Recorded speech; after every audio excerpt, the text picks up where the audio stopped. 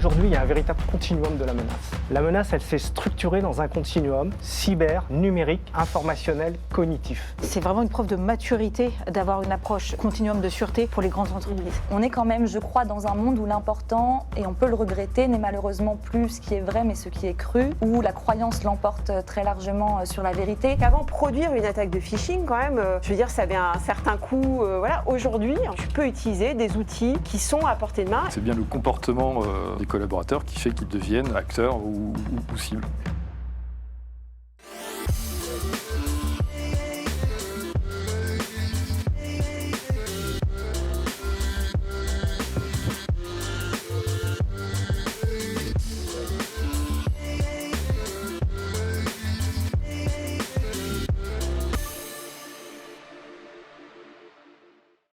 Bonsoir à tous et bienvenue à cette nouvelle édition de Risque Intel Média. Ce soir, on va parler de cybersécurité, sûreté, souveraineté, le continuum gagnant face au bouleversement du monde. Et ce soir, on est en partenariat avec Anotherway. Mais surtout, nous avons avec nous 5 experts qui vont pouvoir répondre à mes questions et potentiellement également les vôtres. Mais on va leur permettre dans un premier temps de se présenter et je commence par Bastien Duffiol. Merci, donc Bastien Duffiol, je suis aujourd'hui je suis général en 2e section de l'armée de terre. Je suis également en charge des secteurs défense et sécurité d'Anotherway. Et enfin, je suis professeur à l'École supérieure de commerce de Paris. Merci. Émilie Bonnefoy. Bonjour, donc Émilie Bonnefoy, je suis fondatrice et dirigeante d'Open Sesame, qui est un éditeur de logiciels de cybersécurité spécialisé dans la gestion des accès et des identités. Et on aide les organisations à simplifier et à sécuriser leurs accès pour leurs collaborateurs, leurs clients ou leurs sous-traitants. Et je travaille aussi sur les sujets d'influence pour l'état-major des armées, pour lesquels j'organise des ateliers dont on aura peut-être l'occasion de parler. Chloé Debièvre. Bonsoir, Chloé Debièvre, je suis spécialiste des questions d'influence et de lutte informationnelle au CICDE, le Centre interarmé de concept, doctrine et expérimentation. Par ailleurs, assez active sur LinkedIn sur ces questions et j'ai d'ailleurs récemment créé Focus Influence, qui est une page qui recense et centralise tout ce qui concerne ces sujets d'influence et de lutte informationnelle ou encore guerre cognitive. Stéphane Dupont. Donc Stéphane Dupont, je suis le directeur sûreté groupe de Naval Group, avec une mission finalement assez simple d'un directeur de sûreté dans ce genre d'entreprise, c'est protection de l'entreprise contre tout type de menaces, évidemment protection des personnes, des installations, des biens, et tout type de menaces, l'espionnage, cyber, j'en passe des meilleurs, mais aujourd'hui j'interviens plus en directeur de sûreté plutôt que le directeur de sûreté de Naval Group, bien évidemment. Et Anne Tricot. Bonsoir Yasmine, bonsoir à tous. Donc Anne Tricot, je suis la directrice de cabinet du patron de la sûreté du groupe Airbus. Pareil que chez notre homologue de Naval Group, on a une approche aussi globale de la sûreté, puisqu'on parle cybersécurité, sûreté, sûreté physique, souveraineté et également gestion de crise, donc le continuum des attaquants. Nous, on fait un continuum de protection chez Airbus. On aura l'occasion d'y revenir. Merci pour vos présentations. De très beaux profils, je pense que ça va donner beaucoup de matière à cette conversation. Alors, j'aimerais commencer par une actualité récente. Pour la première fois, la France a officiellement attribué une cyberattaque à la Russie. Donc, APT-28, qui est observé depuis 2007, a été attribué par l'Union européenne à la Russie, notamment aux unités 26 165 et 20 728 du renseignement militaire russe. Donc, cette attribution gouvernementale provient notamment d'une enquête qui a été menée entre 2021 et 2024 par l'ANSSI. Et j'aimerais vous poser cette question, est-ce que pour vous, cette actualité, justement, elle montre le lien de plus en plus prégnant entre cybersécurité, souveraineté et guerre d'influence? Et je pose également la même question aux personnes qui sont dans le public. Vous pouvez répondre par oui, par non, et ça dépend. Et puis on va laisser justement les experts nous dire ce qu'ils en pensent. Bastien. Oui, merci beaucoup Yasmine. Donc effectivement, cette question, elle est évidemment extrêmement intéressante. Alors, en guise d'introduction, on peut dire que dès 2020, dans la doctrine Gerasimov, qui est le chef d'état-major des armées russes, on parle de guerre informationnelle totale et que le Donbass, dans ce contexte, doit servir de laboratoire expérimental.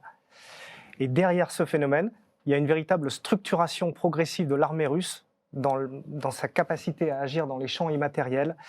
Et l'action la plus récente, c'est la création d'un service, d'une division en charge de la production de deepfakes, ce qui est quand même extrêmement spécialisé. Mais derrière ce phénomène, derrière la position russe, il y a un certain nombre de cas concrets que je souhaiterais mettre en valeur, je dirais un petit peu pour amorcer cet échange. on revient un petit peu dans ce conflit. L'été dernier, été 24, il y a des milliers de familles ukrainiennes qui font l'objet d'attaques par ingénierie sociale et de tentatives de déstabilisation. Ces familles ukrainiennes, elles sont identifiées à partir de l'identité de soldats ukrainiens repérés sur le front. 2 ans plus tôt, rappelez-vous, on est en février-mars 22, ce sont les troupes russes qui sont géolocalisées à partir d'applications de rencontres. Un tout autre exemple, septembre 2023, dans la base industrielle de technologie de défense, vous avez un des géants qui, pendant 5 mois, fait l'objet de fuites de données par ransomware. Un autre exemple, janvier 24, vous avez une femme qui est membre du comité exécutif d'une des entreprises du CAC 40. Elle part effectuer une négociation en Asie du Sud-Est. 1 heure avant la négociation, elle reçoit un appel téléphonique sur son téléphone portable. Est-ce que vous êtes bien la maman de Paul et Isabelle qui sont dans telle école, dans le 15e arrondissement? On n'est pas très loin et ça raccroche. Évidemment, elle met ses enfants en sécurité, elle appelle l'école, son mari. Mais derrière ça, la négociation est complètement ratée. C'est un échec et elle revient en France. Été 24, un ministère régalien effectue un test avec ses plus hauts fonctionnaires de vulnérabilité et d'exposition cyber. Il ressort au sein de ces autorités 40% de profils critiques, dont pour certains hauts fonctionnaires, l'annuaire familial complet, y compris les adresses postales, qui est reconstitué. Un tout autre exemple, l'affaire Strava, qui est assez récente, où par anticipation, il est possible de prévoir les déplacements du président de la République à partir d'indiscrétions par ce réseau social, de parcours sportifs sur les lieux du déplacement du président. Vous avez également les contours de l'île Longue. Rappelez-vous cette information qui est sortie dans la presse il y a 2 mois. Quand même la base ultra secrète des armées avec ses sous-marins nucléaires lanceurs d'engins. Les contours de cette base sont disponibles sur le réseau social. Et après, alors là je suis un petit peu dans la conjecture, j'en conviens, mais on peut s'interroger aussi sur les familles qui ont été menacées, qui ont fait l'objet d'enlèvements, des fortunes récentes dans les crypto-monnaies. Et donc derrière tous ces phénomènes, il y a quelque chose qui mérite d'être souligné, je pense, en introduction, c'est qu'aujourd'hui, il y a un véritable continuum de la menace. La menace, elle s'est structurée dans un continuum cyber, numérique, informationnel, cognitif, qui va de la captation de données, l'attaque des systèmes, jusqu'à la manipulation des masses par les biais informationnels et cognitifs. Alors cette menace, elle peut être institutionnelle, étatique, elle peut être criminelle, voire une combinaison des deux, par proxy. Et dans ce contexte, on peut estimer que l'attaque par ingénierie sociale en représente un mode d'action dans ce continuum extrêmement efficace. Et dans ce contexte, eh bien, la matière première, c'est devenu la donnée personnelle. En tout cas, c'est un assessment, c'est un point de situation qui est important. Et probablement, ce n'est pas un nouveau paradigme, mais il est plus vrai que jamais, c'est que le facteur humain est devenu le principal vecteur de la menace. Et alors, si on considère que l'exposition cyber personnelle peut être considérée comme la porte d'entrée vers l'entreprise ou une administration, eh bien derrière se pose la question de la structuration de la réponse et de la défense, dont aujourd'hui on peut estimer qu'elle reste fragmentée. Et donc je suis vraiment intéressé de vous poser la question et d'avoir vos retours sur cette fragmentation de la défense face à ce continuum de la menace. Est-ce qu'aujourd'hui il y a un continuum de la réponse qui lie, et je pose la question, cybersécurité, sûreté, souveraineté. Voilà un point les points que je souhaitais vraiment mettre en évidence en partant de ce cas concret. Alors, Chloé, justement, je voulais te poser la même question, mais avant de te poser cette question-là, je vais te donner la réponse du public, donc de tous les experts qui sont actuellement dans le salon cocktail. Vous êtes tous très convaincus, puisque vous êtes à 100% à avoir répondu oui. Les bouleversements actuels montrent bien un lien de plus en plus prégnant entre cybersécurité, souveraineté et guerre d'influence. Chloé. Je ne vais peut-être pas répondre directement à la question, mais je pense insister sur un point. Je pense que pour bien comprendre la menace et pour bien y répondre, pour bien saisir les enjeux, il faut l'avoir bien défini. Et il faut donc avoir bien défini les concepts. Alors, ça va être barbant, je ne vais pas faire que ça, mais très brièvement, je voulais quand même revenir, moi, sur les concepts, en tout cas sur lesquels je travaille et que je maîtrise, parce que je pense qu'il faut partir en tout cas d'une grille de lecture et d'une base commune et redéfinir déjà la guerre de l'information dans laquelle se mettent en place des stratégies d'influence parce qu'en fait aujourd'hui on parle beaucoup de ça, on parle beaucoup de désinformation, on parle de fake news, on parle d'influence. Le risque c'est que tout devienne influence et qu'on n'y comprenne plus grand chose à la fin. Donc je voudrais revenir sur la guerre de l'information déjà et là je vous renverrai à David Colomb qui définit cette guerre de l'information comme l'usage de l'information comme d'une arme pour porter un coup à l'adversaire, un coup politique, un coup diplomatique, mais c'est David Colomb qui en parlera le mieux. Et à l'intérieur de ça, on a des stratégies d'influence, l'influence étant définie, ou pouvant être définie, en tout cas c'est la définition que je propose, comme l'action d'un acteur A sur un acteur B pour amener ce dernier, donc l'acteur B, à agir dans un sens qui est favorable au premier, le tout, et je crois que c'est important, sans contrainte, parce que ça permet quand même de distinguer l'influence de tout un tas d'autres concepts, et pour ça on va agir sur les perceptions. Le but à la fin, c'est bien de modifier des attitudes et des comportements et c'est comme ça qu'on peut aussi mesurer l'impact ou non de nos stratégies. Et puis, je voudrais juste, pour terminer sur les concepts et peut-être ne pas faire que ça, mais peut-être montrer aujourd'hui qu'on est quand même, je crois, dans un monde où l'important, et on peut le regretter, n'est malheureusement plus ce qui est vrai, mais ce qui est cru, où la croyance l'emporte très largement sur la vérité. Et je pense qu'en fait, en lien avec ce facteur humain et ces questions qu'on va se poser, c'est vraiment aussi l'important, la question de la place de la vérité et de la croyance de chacun sur cette vérité. Voilà pour quelques concepts. Alors, je vois qu'il y a quelques petits commentaires justement qui commencent et qui sont autour du même thème pour aller toujours dans cette question d'attribution, donc je vais me permettre de vous les partager.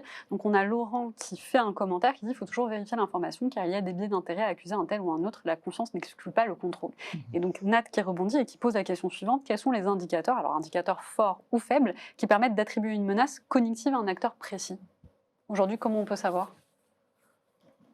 Peut-être que je vais rebondir. Aujourd'hui, on sait, je pense qu'on sait mieux parce qu'on a des acteurs et des services qui travaillent pour nous aider à mieux comprendre, à mieux savoir. Je pense naturellement à Viginum, qui est donc un service rattaché au SGDSN, le Secrétariat général de la Défense et de la Sécurité nationale, et qui travaille à l'identification, l'attribution d'attaques, notamment informationnelles numériques, dans le champ numérique, qui viennent affecter notre débat public. Et c'est profondément la raison d'être de Viginum.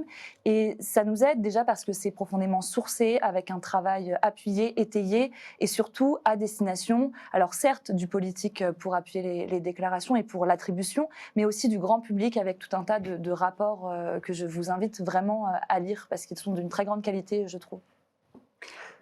Ouais, peut-être pour compléter, ce qui est aussi intéressant, et sur ce point, on a d'autres modèles, je pense en particulier à la Suède.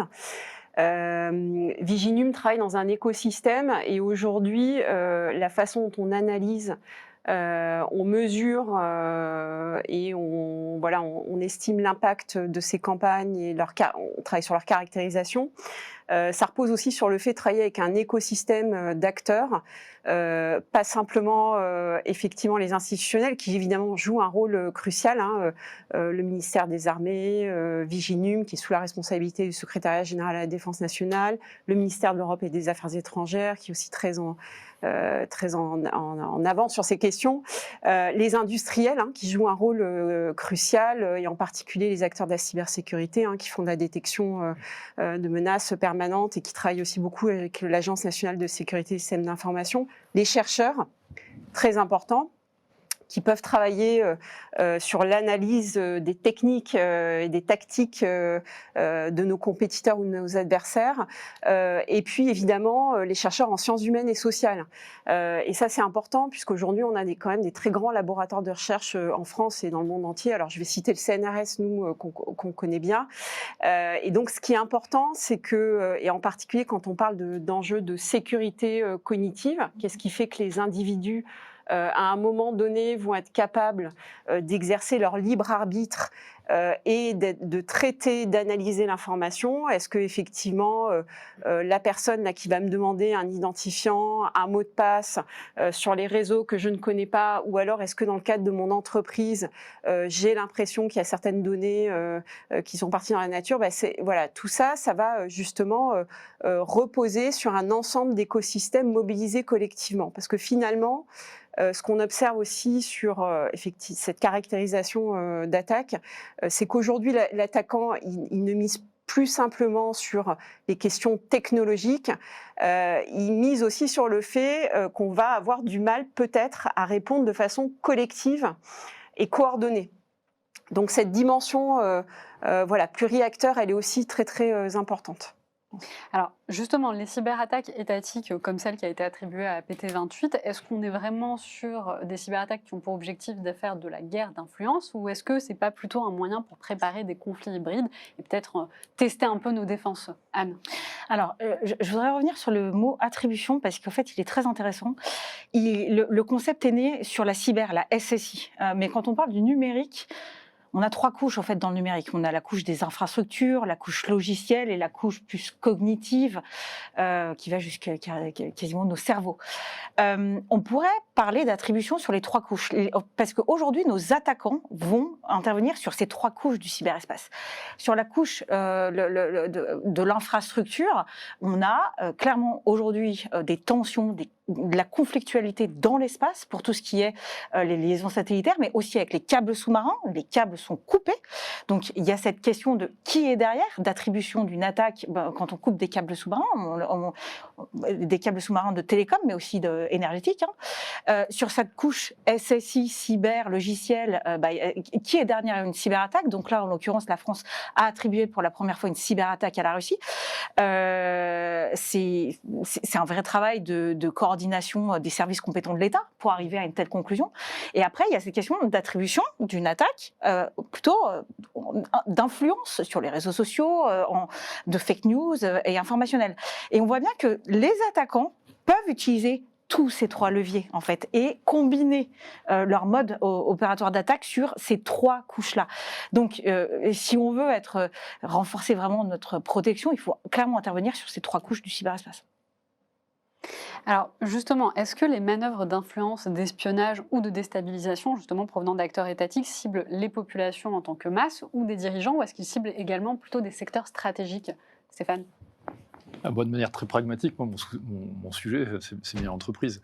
Et moi, le champ d'attaque, il est très varié. Moi, je ne fais pas de différence entre collaborateurs, entre un technicien ou un dirigeant. Donc, c'est touchant, d'autant plus que, enfin, ça touche tout le monde, d'autant plus que derrière ces manœuvres d'influence, le sujet d'une entreprise est d'autant plus stratégique, c'est ce qu'on appelle en général le volet réputationnel.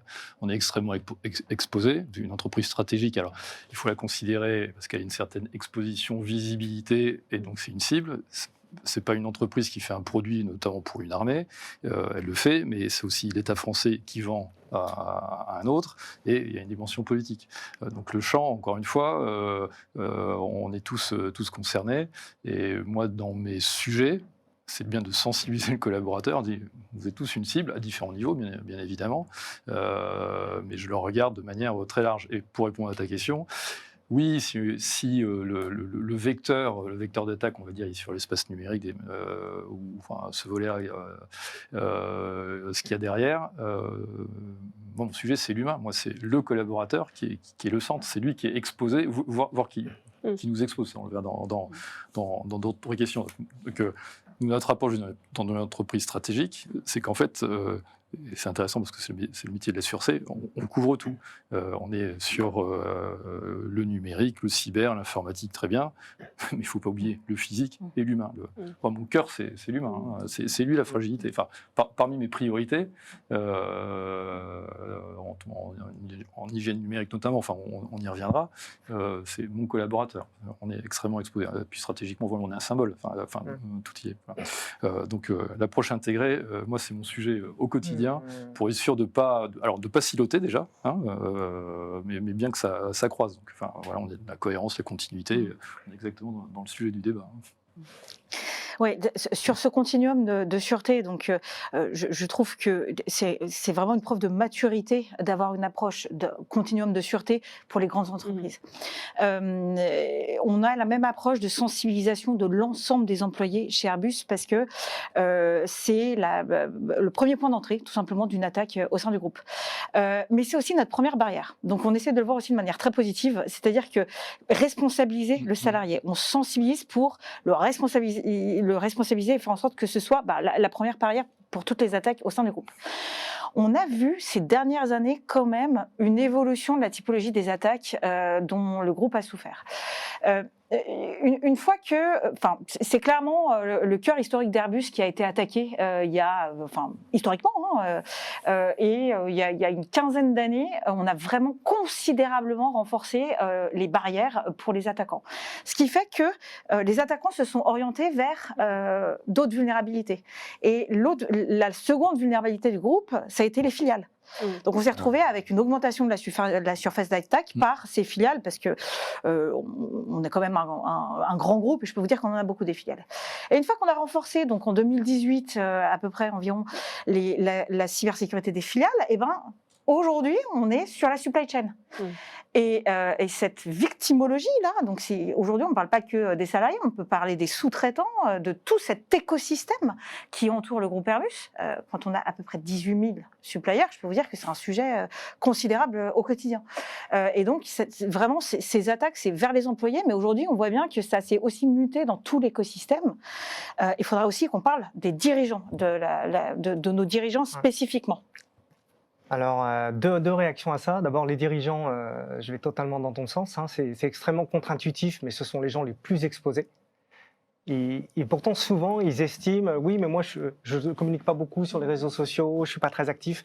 Mais en fait, c'est souvent, je dirais, un petit peu malgré eux, leur premier cercle professionnel, la communication d'entreprise, leur premier cercle personnel, les amis, qui indirectement surexposent ces dirigeants. Hein, je reviens sur l'exemple que je donnais tout à l'heure, 40% d'exposition critique dans les plus hauts fonctionnaires d'un ministère, c'est énorme en proportion, c'est énorme.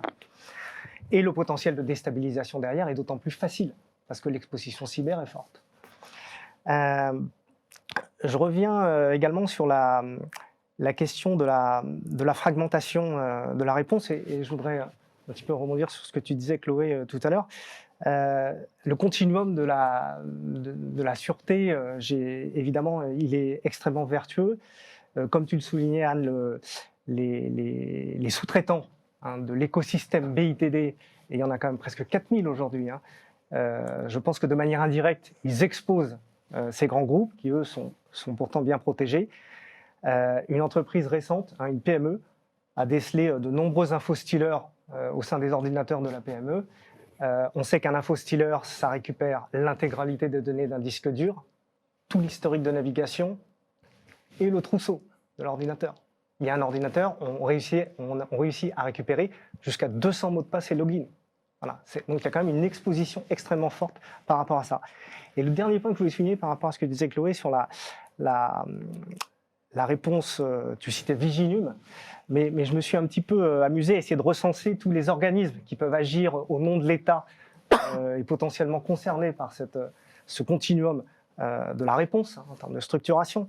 Donc on a Viginum, on a l'UCDR, l'unité de contre-discours républicain, on a Pharos, on a la DILCRA, on a l'Observatoire de la haine en ligne, on a la DGSI, on a la DGSE, il y a le service d'information du gouvernement, il y a le ComCyber, il y a le ComCyberMI, il y a les différentes directions de renseignement. Et j'ai envie d'y croire.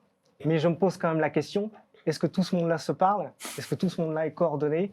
Voilà. Je n'ai pas la réponse. C'est voilà. une bonne question. On va poser cette question justement au public qui nous regarde. Est-ce que vous pensez que tout cet écosystème se coordonne justement? Oui, non, ou ça dépend. Et vous, qu'est-ce que vous en pensez? Est-ce que ça se coordonne assez? Est-ce qu'il faudrait plus de coordination? Les points d'application, ils sont quand même un peu différents. En macro, oui, dans un monde idéal, il faudrait que tout le monde se parle. Après, si je reprends encore mon domaine de la BITD, nous, nos besoins, ils sont en fait très très limités. Je n'ai pas forcément besoin d'avoir tout l'ensemble. Ce qui m'intéresse, c'est ce qui va très très concrètement, c'est du pragmatisme dans l'entreprise au quotidien, c'est ce qui va m'impacter moi. Donc je vais être plus sensible aux réseaux sociaux, toute la panoplie pour le réputationnel.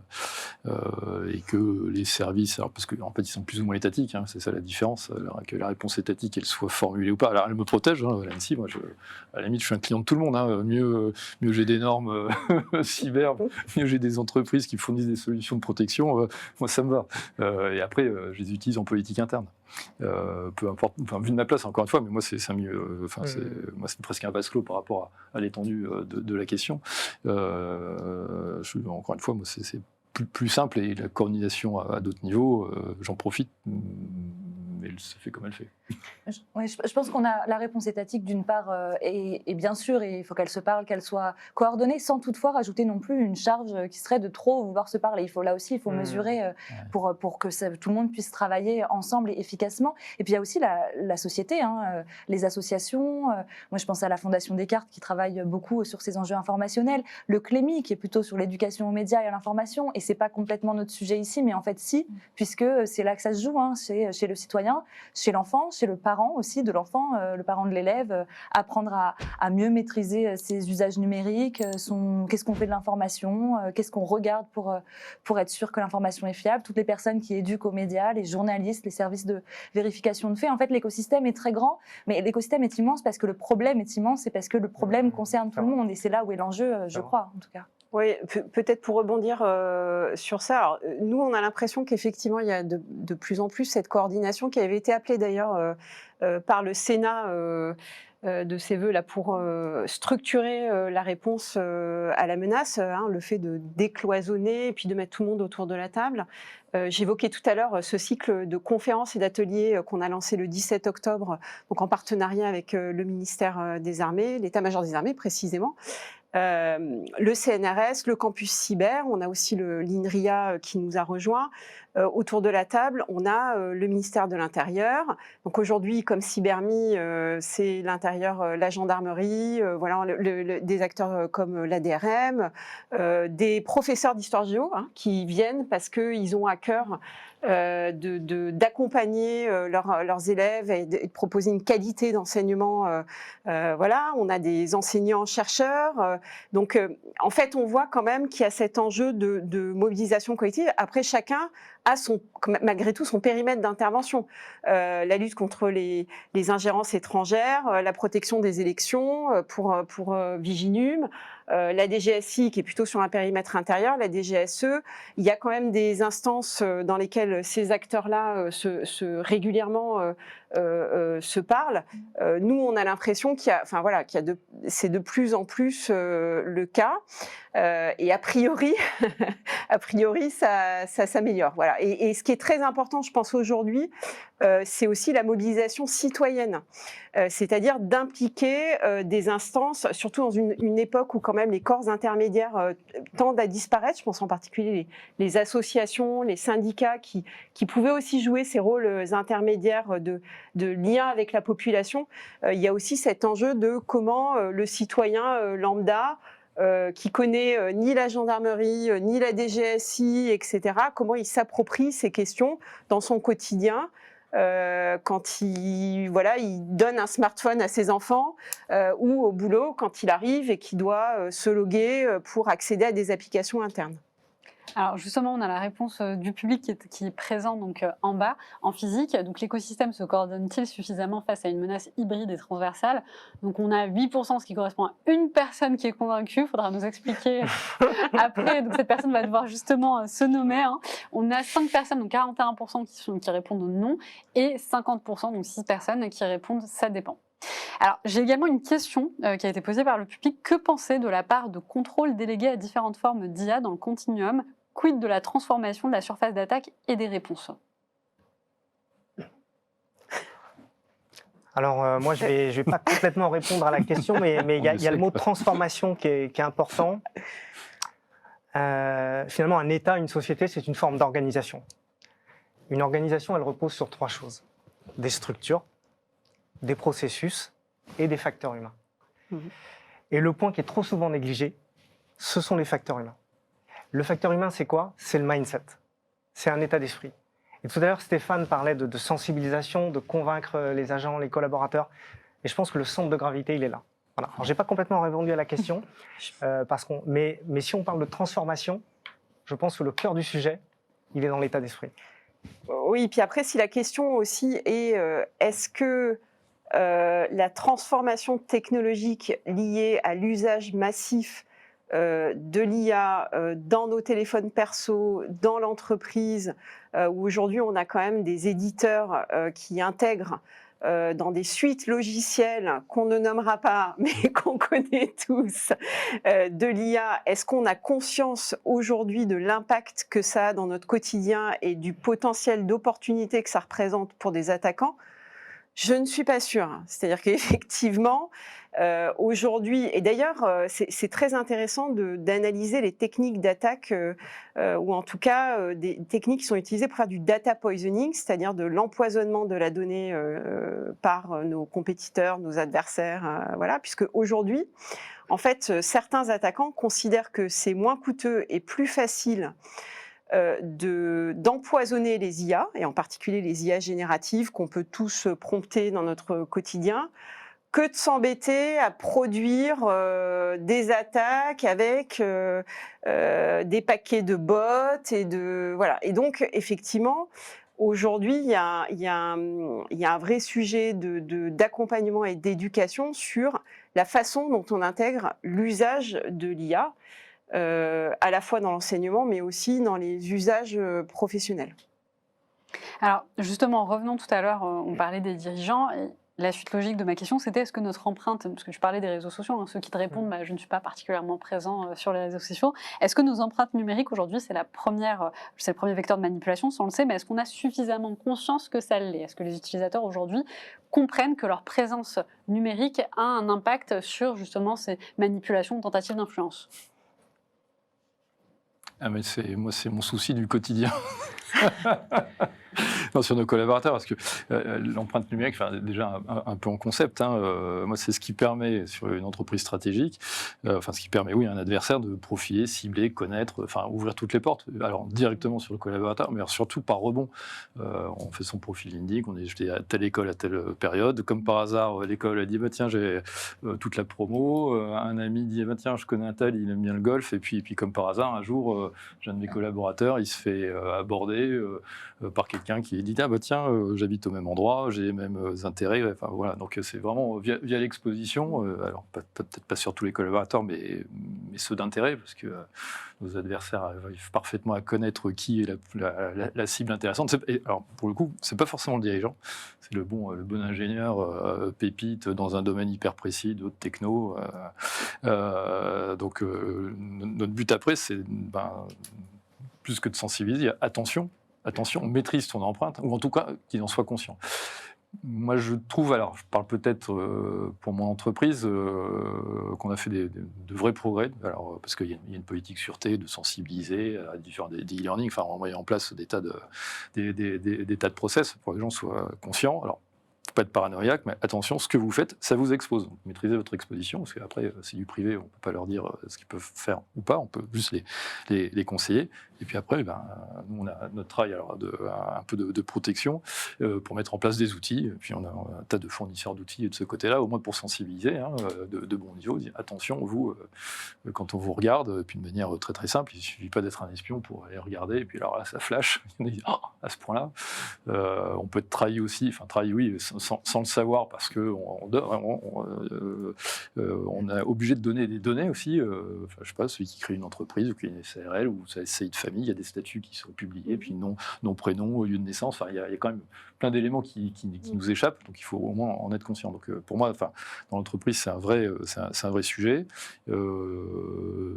Et derrière, quelle protection. Alors, sachant qu'encore une fois, pour revenir ce qui est intéressant, on est parti sur le cyber, on est en train de plus en plus rebondir sur l'humain qui est au cœur de tout. On n'arrête pas de le dire dans le cyber, c'est au cœur de tout. Oui, parce que c'est bien le comportement des collaborateurs qui fait qu'ils deviennent acteurs ou cibles, tout simplement.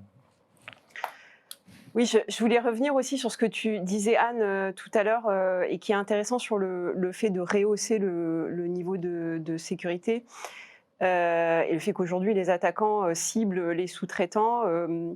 J'aime bien l'image de la sécurité routière pour des grands groupes comme Airbus ou comme Naval Group ou comme les banques qui, en fait, ont culturellement en elles la notion de gestion du risque.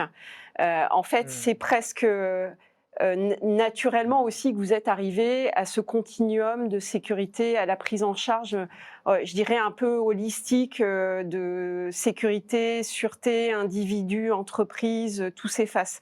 Il me semble qu'il y a quand même une prise de conscience en France que de faire reposer la sécurité uniquement sur l'individu, ça suffisait pas, et qu'il fallait aussi que cette notion de résilience et de gestion des risques, il fallait aussi que les entreprises, qui sont pas forcément des organismes d'importance vitale ou des structures ultra sensibles, s'emparent de ce sujet-là.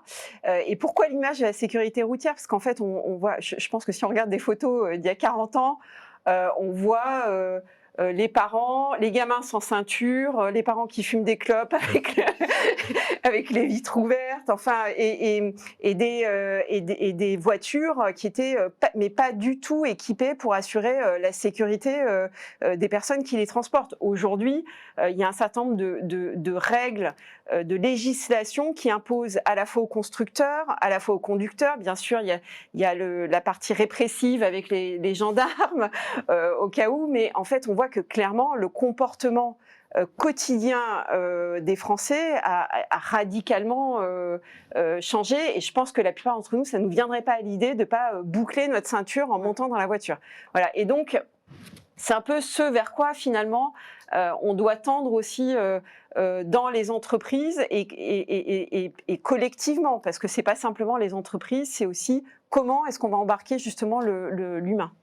Peut-être juste un point pour rebondir, parce que il faut que la sûreté, la cybersécurité rentre dans l'ADN de l'entreprise. Donc ça se fait par les salariés, par le risque humain, la gestion du risque humain, bien sûr. Nous, on l'intègre dans les process, parce qu'on est une entreprise de process industriel. Mais ce qu'on utilise aussi comme véhicule, c'est l'humour. L'humour pour sensibiliser. Et ça marche énormément parce que, et d'ailleurs en fait on partage tout ça, on est assez actif on partage toutes nos vidéos où t'as quelqu'un qui prend une clé USB, qui la plug sur une usine d'assemblage, et l'avion sort avec le nez à l'envers. Bon bah voilà, ça parle, c'est de l'humour, mais en fait mine de rien l'humour est un super véhicule pour sensibiliser au sein de l'entreprise. Et je rebondis parce que l'humour est aussi très très efficace en termes de debug, donc contre les attaques informationnelles, et c'est de plus en plus utilisé, même d'ailleurs par nos canaux diplomatiques, parce qu'on se rend compte qu'en fait forcément quand on vient agir sur des choses qui nous parlent, l'humour, l'émotion, ça attire en fait, et on s'en sert de plus en plus parce qu'en effet c'est efficace. Ouais, le bâton, c'est un peu passé. Ça marche plus le bâton, maintenant c'est la carotte. Ouais, faut trouver d'autres vecteurs pour convaincre. Alors justement, pour revenir un petit peu sur les opérations d'influence, comment l'État peut-il justement s'organiser pour lutter contre les opérations d'influence sans porter atteinte à la liberté de pensée ou d'expression? Donc ma question, est-ce que la liberté de pensée nécessite-t-elle d'avoir une liberté d'être influencé? Qui veut prendre la parole? Non, mais la ligne, elle est très, très fine, et je pense que c'est bien parce que ça rejoint tout ce qu'on est en train de se dire. L'action, elle doit être adaptée, et pour ça, elle doit être cohérente et proportionnée. Et c'est très important de dire qu'on doit travailler ensemble, que l'État ne travaille pas seul, mais qu'il faut une coordination dans le respect des lignes d'eau de chacun. Donc, c'est-à-dire que chacun nage quand même dans ses lignes d'eau, et il n'est pas question que le ministère des Armées aille nager dans la ligne d'eau de l'Éducation nationale ou que sais-je. Et chacun son expertise, chacun sa zone d'action, ce qui n'empêche pas du tout, à mon avis, de travailler ensemble, mais ce qui force à ce que chacun reste dans sa zone pour que la réponse soit absolument coordonnée et adaptée. Et puis, je vais parler d'autres choses dont on a peu parlé pour l'instant, c'est la confiance. Et je crois que tout ça, ça passe aussi par le regain de confiance, parce que ce dont on se rend compte aujourd'hui, c'est que le citoyen a un déficit de confiance par rapport aux institutions, par rapport aux médias. Alors, les armées s'en tirent encore bien dans les sondages, mais en tout cas, il y a un déficit de confiance. Et je pense que pour s'autoriser à garder cette liberté de penser, et même éventuellement, en effet, à être influencé, il faut avoir confiance dans les messages qu'on nous transmet, les messages qu'on nous envoie, parce qu'il faut comprendre les mécanismes. Pour ça, il faut qu'ils soient audibles, il faut que les concepts soient audibles, il faut que l'information qu'on nous transmet soit audible. Et donc, je crois qu'il y a vraiment un enjeu de confiance au cœur de tout ça. C'est hyper intéressant cette notion de confiance. Et merci Chloé de le souligner. C'est justement, j'ai envie de prendre un autre cas concret. On est le 26 septembre 2019, il y a l'affaire Lubrizol. Et ça va me permettre aussi de faire le lien avec la manipulation de l'information. On sort de l'épisode des Gilets jaunes, une crise de confiance entre le citoyen et l'État. Et la parole publique, à ce moment-là, elle n'est plus crue presque juste parce qu'elle est publique. Et la parole de l'État est démonétisée dans cette période-là, ce qui est évidemment un énorme sujet. Et pour fabriquer une fake news, ça prend quelques secondes.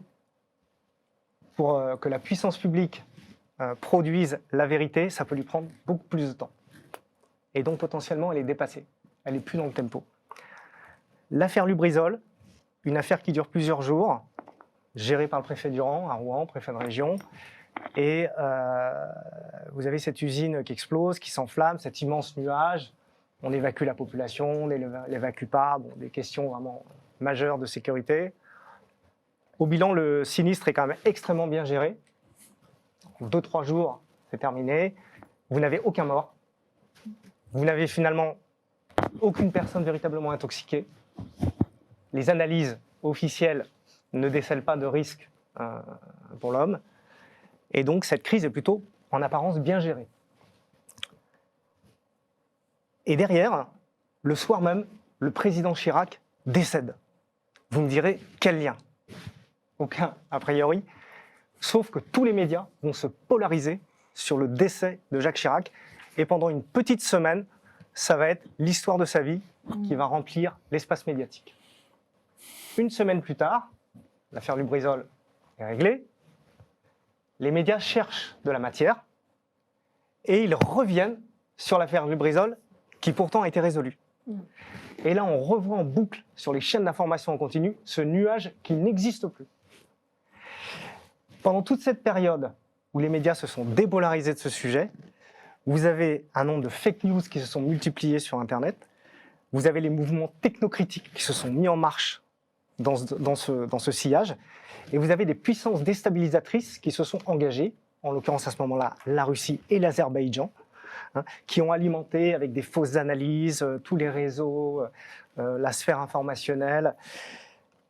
Et quand l'affaire est reprise par les médias une semaine plus tard, ça bascule en crise. Cette crise va devenir une crise nationale. Mais la question c'est, est-ce que c'est une crise ou est-ce qu'on a juste la perception d'une crise ? Et ça me permet de souligner cette importance d'abord de notion de confiance, qui est un point central, et ensuite la différence entre crise et perception de la crise, parce qu'aujourd'hui la perception de la crise est potentiellement beaucoup plus forte et beaucoup plus dévastatrice que la crise factuelle en elle-même. Et donc il y a une brèche, il y a une ligne d'opération énorme pour la menace à s'engager dans cette perception de la crise par la manipulation informationnelle. Voilà, je voulais rappeler ce petit cas concret qui est... Oui, et c'est vrai que pour rebondir sur cette question de la liberté de penser et de... alors, tu t'évoquais la question de la sécurité cognitive en fait en introduction là, de notre table ronde. C'est un vrai sujet. Est-ce que les individus ont les outils, ont accès à de l'information de qualité, pluraliste. Donc tu évoquais effectivement la question des médias. Quand on regarde par exemple la Suède, il y a vraiment un très très gros soutien de l'État pour la création, l'entretien de médias pluralistes, indépendants, etc. Et je pense que finalement cette question de est-ce que notre liberté de penser, qui intègre aussi le fait parfois de critiquer l'action de l'État de façon libre, c'est un droit qui est constitutionnellement reconnu. Est-ce que cette liberté, c'est quoi la limite de cette liberté de penser, et est-ce que finalement j'ai eu accès à des informations, voilà. Ce qu'on observe effectivement, c'est que très souvent il y a quand même un enjeu de sécurité nationale, quand on voit que des plateformes qui utilisent des algorithmes qui ont pour effet d'enfermer des personnes dans des boucles, etc., aboutissent simplement à une prise en compte du discours politique de certains partis. Évidemment, c'est assez problématique. Quand on voit que certains groupes présents sur les réseaux sociaux un jour étaient massivement mobilisés sur du scepticisme vis-à-vis du changement climatique et le lendemain vont se positionner, enfin je dis le lendemain, mais c'est pour caricaturer, mais ensuite vont prendre position sur des élections, sur des questions migratoires, sur des questions de politique étrangère. En fait, là, il y a quand même un véritable enjeu pour la démocratie. C'est-à-dire qu'à un moment donné, il y a des citoyens qui vont aller voter ou ne pas voter d'ailleurs, parce que ça peut être aussi une stratégie. Aujourd'hui, la stratégie de nos attaquants, d'ailleurs, c'est plutôt de semer le doute, plus que d'apporter une croyance certaine sur tel ou tel sujet. Et finalement, si ce mec-là qui se présente aux élections, il n'était pas complètement clean. Voilà. Et donc, c'est sur ça, en fait, qu'on va appuyer. Et donc, il y a quand même un sujet autour, moi je redis parce que c'est vraiment, aujourd'hui quand on voit des résultats, notamment dans les pays nordiques, c'est vraiment cet enjeu de, ok, il n'y a pas un ministère de la vérité, il y a autour de la table un ensemble d'acteurs convaincus qu'ils ont leur responsabilité à jouer, des entreprises, des institutionnels évidemment, des acteurs, des enseignants, des chercheurs, des journalistes. Nous, aujourd'hui, en fait, ce qu'on voit, c'est qu'il y a quand même de plus en plus de médias qui s'emparent de ces questions. Je veux dire, RFI, TF1 même, qui ont aujourd'hui des services de debunking, s'emparent de ces sujets-là. Et donc, ces acteurs-là, en fait, il faut les alimenter et les soutenir. Et ça, effectivement, ça peut être aussi le rôle de l'État de s'entourer d'un écosystème qui, quelque part, du coup, fait que la responsabilité, elle est collective et elle ne repose pas simplement uniquement sur l'État. Alors, je voudrais qu'on reste un petit peu justement sur cette question d'espace informationnel. Donc, les États justement autoritaires comme la Russie ou la Chine, eux, ont conscience que pour maintenir le pouvoir central, il faut garder une main stricte sur l'espace informationnel. Quelle est notre doctrine, nous en France? Chloé? Nous, en effet, on est sur un espace plus ouvert. Là-dessus, je vais rien apprendre à personne, mais il y a quand même des règles. C'est pas non plus la jungle. Enfin, dans le sens, il y a quand même un certain nombre de règles et un certain nombre de choses qui sont interdites.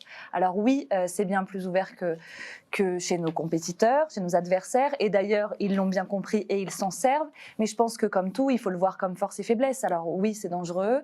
Oui, on peut tout dire. Mais l'avantage, c'est aussi qu'on peut dire et vouloir le bien et aussi sensibiliser et aussi transmettre des choses qui ont de l'importance, qui ont du sens, rétablir aussi un certain nombre de vérités avec, in fine, et je pense que c'est important, une vraie capacité pour le citoyen de choisir.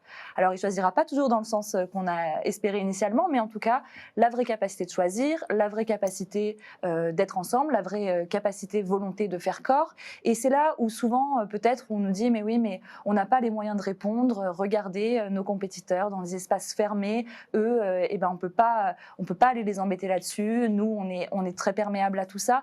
En fait, en réalité, je pense qu'il faut profondément s'appuyer sur ce qui fait ce qu'on est aujourd'hui, c'est-à-dire ces espaces ouverts, cette liberté de penser, de croire, de dire, cette liberté d'expression, parce qu'on se rend compte, et je cite souvent l'exemple des Jeux Olympiques de Paris, un moment où il y a eu beaucoup d'attaques informationnelles, beaucoup d'attaques dans le débat numérique. Un grand nombre d'entre elles, d'ailleurs, ont été détectées et caractérisées par Viginum. Mais il y a eu aussi, pendant la période des Jeux Olympiques et Paralympiques de Paris, un moment où ce bruit, un petit peu qui était partout, qui était très fort, les punaises de lit, les étoiles de David, ce bruit s'est tu, ou du moins a largement diminué, non pas parce que nos adversaires ou nos opposants ont arrêté de nous asséner de coups informationnels, mais parce qu'on a choisi, citoyens, de faire corps, de croire en quelque chose d'autre, de croire en autre chose à ce moment-là, de ce qu'on appelle faire nation. Et donc je pense qu'il y a une responsabilité du citoyen et une force profonde de nos systèmes de choisir. Et quand on choisit de faire corps, on le fait vraiment. La difficulté, c'est qu'aujourd'hui, on le fait soit dans les moments très heureux, comme une Coupe du Monde ou des Jeux Olympiques, soit dans des moments malheureusement dramatiques, comme au moment des attentats. Il faudrait trouver des solutions maintenant pour que dure un petit peu cet effet Jeux Olympiques et Paralympiques de Paris. Mais tout ça pour dire que quelque part, pour allumer un feu, il faut des braises. Et quand il n'y a pas ces braises, ça ne prend pas. Peut-être. Alors, pour revenir sur la question des cyberattaques d'un point de vue industriel, je vais partager un peu ce qu'on vit, nous, chez Airbus. On pense régulièrement à la cybersécurité de l'infrastructure numérique, de l'IT, de l'informatique. Mais en fait, les cyberattaques, elles sont vraiment pluriel. On a bien sûr une finalité d'espionnage. On est un groupe quand même plutôt champion international, donc qui suscite beaucoup de convoitises. Mais ce qu'il faut voir, c'est que la cybersécurité, ça concerne également la transformation numérique des usines qu'on a. Donc vraiment l'OT. Et c'est un sujet qui est clé pour la safety de l'avion, notamment pour la safety des produits qu'on vend, mais la cybersécurité et les cyberattaques, elles ciblent également les produits eux-mêmes qu'on vend, donc les avions, les satellites et les hélicoptères. Donc aujourd'hui, on parle beaucoup de la cybersécurité de l'infrastructure numérique pour des opérations d'espionnage. Il ne faut pas oublier le reste. Oui, il y a des menaces qui pèsent également sur les moyens industriels, et donc là, ça peut être pas forcément de l'espionnage, mais plutôt du sabotage d'infrastructures industrielles. Et puis, le pire scénario, c'est quand même la cyberattaque sur nos plateformes qui volent là-haut dans le ciel. Oui. Et du coup, c'est vrai qu'on a assez peu parlé aussi de la question de l'autonomie stratégique et de la souveraineté. Dans un contexte où on a une globalisation et finalement, alors les industriels, en particulier dans le secteur de l'aéronautique, finalement sont là aussi très expérimentés sur l'analyse de l'ensemble de la chaîne de sous-traitance.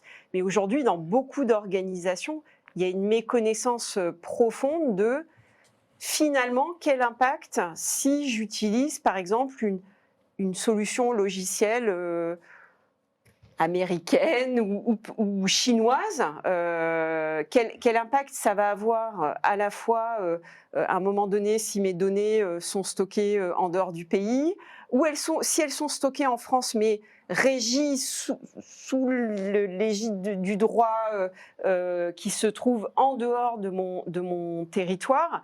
Et là, on a une forme, là c'est comment effectivement des compétiteurs et des concurrents vont utiliser en fait parfois même le droit pour attaquer la structure. Et donc il y a une forme d'ingérence aussi là qui peut s'opérer. Et donc une rupture aussi dans ce continuum de sécurité. On pourrait plus peut-être parler de sécurité économique. Aujourd'hui, les organisations s'emparent de cette question, les grandes organisations, les organisations plus petites, et je pense en particulier des sous-traitants de la BITD, qui parfois aussi ont une activité essentielle. Là aussi, ça peut poser question. Ils fournissent par exemple des matériaux au ministère des Armées. Là, voilà, il y a une vraie question aussi autour de ces enjeux d'autonomie stratégique. Alors justement, moi je voulais vous poser une autre question. Les opérations d'influence numérique, comme les campagnes de désinformation, est-ce qu'elles exploitent plus les biais cognitifs des populations ou les failles structurelles justement des plateformes numériques ? Elles exploitent, je pense, les failles des plateformes pour agir sur les biais. En fait, on est dans un espèce de cercle vicieux où effectivement, les failles ou non d'ailleurs, en fait, elles exploitent l'ouverture de l'espace, le système en lui-même, pour aller toucher l'individu dans ce qu'il est profondément, dans ce qui fait qu'il est humain. C'est d'ailleurs là où c'est profondément humain, parce que c'est ces émotions qui vont être mobilisées. C'est là qu'on a des titres sensationnalistes qui font le buzz, parce que tout de suite, en fait, ça retient le peu d'attention qu'il nous reste, parce qu'on est vraiment dans cette surcharge informationnelle, dans ce déficit de l'attention. Et donc, pour aller directement mobiliser les biais et faire passer le message, aujourd'hui, il y a cette capacité d'aller dans ces bulles. On est enfermé dans nos bulles, on parlait des bulles de filtre, enfermés dans nos réalités, dans nos biais de confirmation, à aller chercher un contenu qui vient aussi confirmer, valoriser ce qu'on pensait vrai auparavant. Donc, je pense que c'est vraiment une exploitation de la technologie pour aller toucher l'humain.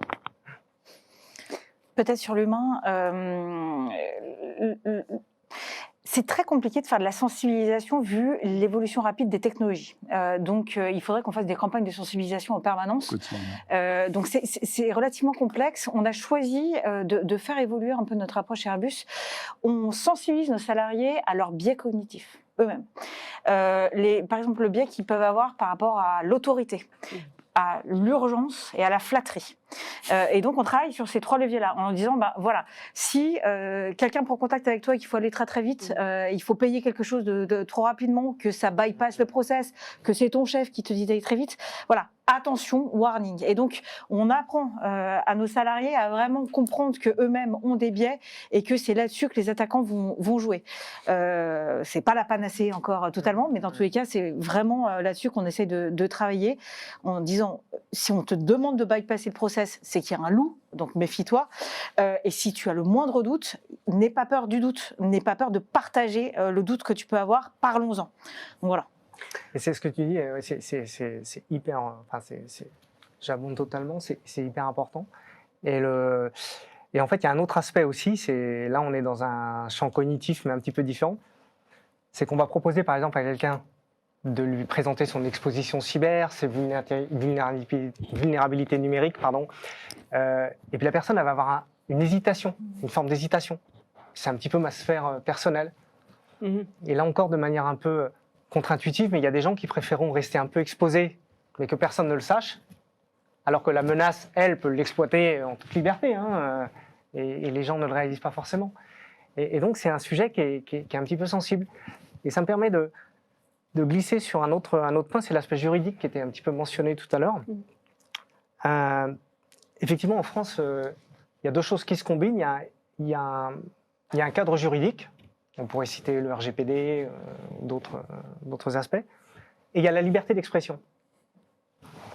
Et du côté de la menace, il n'y a rien. Et donc en fait, dans le champ cyber, on est dans un profond combat asymétrique, quoi. Dans le champ cyber, aujourd'hui, on est dans un champ de conflictualité. Et je pense qu'on est tous d'accord. Ça veut dire quoi? Ça veut dire que c'est la guerre. Voilà.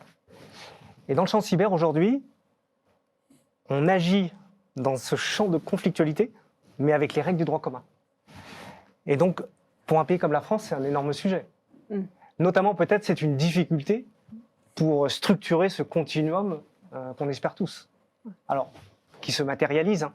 Et je pense que les grandes entreprises, avec Anne et Stéphane qui en témoignent aujourd'hui, mais montrent cette structuration. Mais à une échelle plus macro, c'est peut-être difficile. Voilà. Ouais. Et en plus, on évolue dans un contexte géopolitique du retour de la force. C'est-à-dire d'utilisation complètement débridée de l'information, voilà, avec un acteur américain, mais je pense qu'on peut le citer, qui aujourd'hui a choisi de retirer une grande partie des crédits aux agences qui étaient en charge notamment de faire de la modération. Donc, ce que disent certains experts, c'est qu'en France, voilà, certains acteurs, certaines plateformes ont montré patte blanche en disant mais non, mais en fait, on va continuer à investir en Europe, etc. Parce qu'évidemment, le régulateur s'est emparé de cette question. Je sais pas, je sais pas où se situe la frontière sur Facebook, Twitter, mais on voit bien que c'est quand même un petit peu compliqué. Et donc il y a un vrai enjeu aussi autour de, en fonction de l'évolution géopolitique et de l'environnement dans lequel on évolue, ça peut quand même être extrêmement compliqué. Et ces boucles qu'on a évoquées tout à l'heure, évidemment, elles impactent de plein fouet les individus. Et c'est compliqué, en fait, aujourd'hui, alors que, je cite les États-Unis, il y a quand même des investissements vraiment colossaux qui ont été retirés. Donc encore une fois, et là je vais citer un chercheur suédois qui est assez intéressant, qu'on avait eu la chance de recevoir, qui s'appelle James Pament, qui travaille pour l'agence suédoise, qui est expert scientifique pour l'agence suédoise en charge de... Alors, j'ai oublié le nom de l'agence de défense psychologique. Voilà. En Suède, il y a une agence de défense psychologique, ce qui est hyper intéressant, qui est placée d'ailleurs sous la responsabilité de la sécurité civile. Ouais. Hyper intéressant, hein, ça montre quand même le degré de maturité. Et ce que tu évoquais, Anne, c'est-à-dire le travail sur les biais cognitifs, en fait, eux l'ont mené, ils ont sorti notamment un Resist Counter Disinformation Toolkit, dans lequel, effectivement, donc mis à la disposition de la population, qui effectivement intègre tout un volet cognitif. Pour rebondir sur ce que disait Chloé, les deux sont importants. Alors, dans quel ordre, moi je ne sais pas. Mais au bilan, ce qui est clair, c'est que les biais cognitifs, eux, quand je vois sur nos collaborateurs, parce qu'encore une fois, c'est mon sujet de tous les jours, les biais cognitifs, ils agissent clairement sur le narratif, sur des. Enfin, pardon. Les biais cognitifs rendent nos individus sensibles à des narratifs simplistes, émotionnels. Et les plateformes, avec ou sans faille, amplifient les contenus. Et ce que je vois sur nos collaborateurs, on a eu quelques cas, collaborateurs parfaitement normal entre guillemets, et puis du jour au lendemain, ils commencent à avoir des idées un peu bizarroïdes, et voire remettre en cause son travail, les valeurs de l'entreprise, la mission ou le produit de l'entreprise. Mais comment ça vient? Et puis on s'aperçoit que finalement, il y a une somme d'informations qui arrive, et puis c'est quelque part, pour un phénomène un peu étonnant, presque auto-radicalisé, ou en tout cas il s'est auto-monté la tête sans recul. On parlait de la masse d'infos, du traitement, est-ce que l'info elle est vraie ou pas? Alors, on n'a pas le temps de la vérifier, hein, ça arrive en masse, on prend tout, pas de recul, et un collaborateur voilà, qui commence, passez-moi l'expression, un petit peu à vriller en confondant tout, c'est la convergence des luttes, et on dit mais... Ouh là là. Et c'est un vrai danger interne. Je pense que tu as les mêmes sujets parce que je sais pas, on a évidemment des produits un petit peu particuliers. Et s'ils commencent à remettre en cause la valeur de l'entreprise, c'est inquiétant. Voilà. Et le pire, moi c'est ce qui m'étonne le plus sur certains cas qu'on a traités, c'est venu tout seul par l'extérieur. Voilà, c'était on a semé le doute. Là, c'est toi qui en parlais. On a semé le doute et ça a été amplifié. Je me dis, bon, alors après, il faut le traiter un peu particulièrement, heureusement, pas tant que ça, mais je le vois arriver de plus en plus. Ce phénomène dit de masse, et la conséquence derrière, c'est que notre individu, et j'en reviens toujours à mon sujet principal quasiment, c'est la réputation de l'entreprise derrière, parce que lui, après, il va déverser sur les réseaux sociaux, ou d'autres, toute plateforme. Et puis ça va entretenir. C'est assez hallucinant sur certains cas de voir comment, faille et biais cognitifs, convergence des deux, et explosion du collaborateur en vol. Émilie. Et sur ce que tu évoquais là, sur la partie manipulation du salarié et sur les opportunités de l'IA, parce qu'il y avait une question tout à l'heure sur ça. Nous, il y a 2 ans, dans une conférence sur la gestion des accès d'identité, on a fait une démo d'utilisation de l'IA. On a prompté en live en montrant en fait qu'on pouvait, en manipulant l'IA, en fait prompter une campagne de phishing. Mais alors vraiment hyper bien taillée. Alors évidemment, il y a des règles morales qui font que si tu promptes, je voudrais produire une campagne de phishing parce que je suis attaquant, je voudrais cibler Airbus, Naval ou machin, etc. Il va te dire ah ben non, je ne suis pas autorisé à faire ça, je ne peux pas. Par contre, si tu te crées une forme d'avatar et que tu dis je suis RSSI, ça fait longtemps que je l'ai pas retesté quoi, mais je vais essayer quand même. Mais tu te crées un personnage, tu te mets dans la peau d'un RSSI et tu vas lui demander, tu vas lui dire moi je voudrais sensibiliser mes équipes à tel ou tel sujet, je travaille dans tel secteur, tu comprends, je voudrais vraiment qu'ils se sentent concernés, voilà. Et donc de l'IA générative, bien évidemment, tu peux y avoir accès gratuitement, tu as des abonnements qui coûtent vraiment pas grand-chose, etc. Donc il y a aussi un enjeu autour de la démocratisation. C'est-à-dire qu'avant, produire une attaque de phishing, quand même, je veux dire, ça avait un certain coût. Voilà. Aujourd'hui, tu peux utiliser des outils qui sont à portée de main, et donc on a prompté, on a montré en 10 étapes, tu produis une campagne de phishing, franchement, ça a pris 10 minutes, top chrono. Voilà. Donc il y a un vrai sujet aussi autour de ça.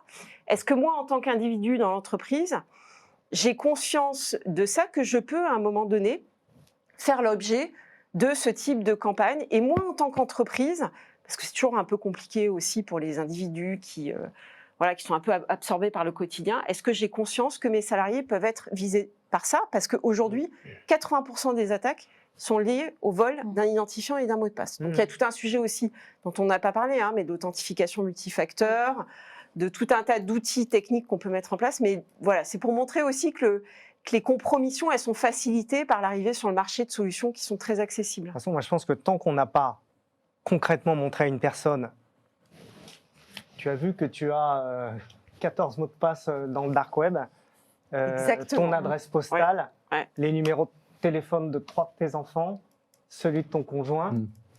Tant que la personne n'a pas vu ça, on va mettre à son nez, elle va faire wow, amazing. Qu'est-ce qu'il faut faire pour se protéger? Bah, c'est ce qu'on Mais dit souvent. tant que la personne n'a pas réalisé ça, c'est difficile. Je trouve que la sensibilisation, elle est difficile. Elle est Ouais. difficile. Il faut soit des cas concrets. Hein, ça Bah, peut- c'est comme les entreprises qui décident de débloquer un budget pour la cybersécurité qu'une fois attaquées, quoi. Donc c'est vrai que bon, Absolument. à ce moment-là, on ne peut plus nier l'évidence. Ouais. Bah, écoutez, nous arrivons à la fin de cette émission qui était vraiment passionnante. Merci d'avoir répondu à mes questions, d'avoir également répondu aux questions du public. On remercie le public, vous étiez très nombreux. Je n'ai pas pu poser toutes vos questions, tous vos commentaires, mais j'ai pu regarder effectivement les différents échanges. Donc je vois que c'est un sujet également qui vous a passionné. Donc ce soir, on était en partenariat avec Another Way. Et puis donc si vous voulez aller un petit peu plus loin sur la thématique, vous avez un livre blanc qui est mis à disposition justement sur le sujet de ce soir. Et puis je vous dis à très bientôt pour une nouvelle émission. D'ailleurs, je crois qu'on se revoit jeudi prochain. Bonne soirée et à bientôt. Merci beaucoup.